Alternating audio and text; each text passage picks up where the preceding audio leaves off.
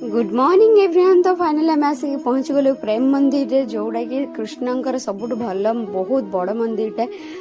पहुँचला पर देखिलु कि एते लोक पूरा लक्ष लक्ष लोक आते सुंदर मंदिर मो लाइफ रे देखनी एते सुंदर आ प्रभुंकर गोटे गोटे दृश्य सबू सेठी एते सुंदर भावे करिसेंती जेमती रियल लागिवो।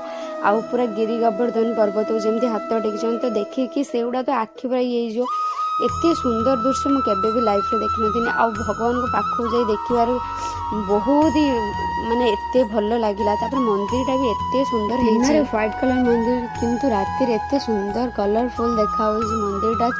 आ भगवान छोट बोलू बड़ जाए सबू किसी दृश्य जन्म पाखर पूरा ये जाए सबू किसी देखी।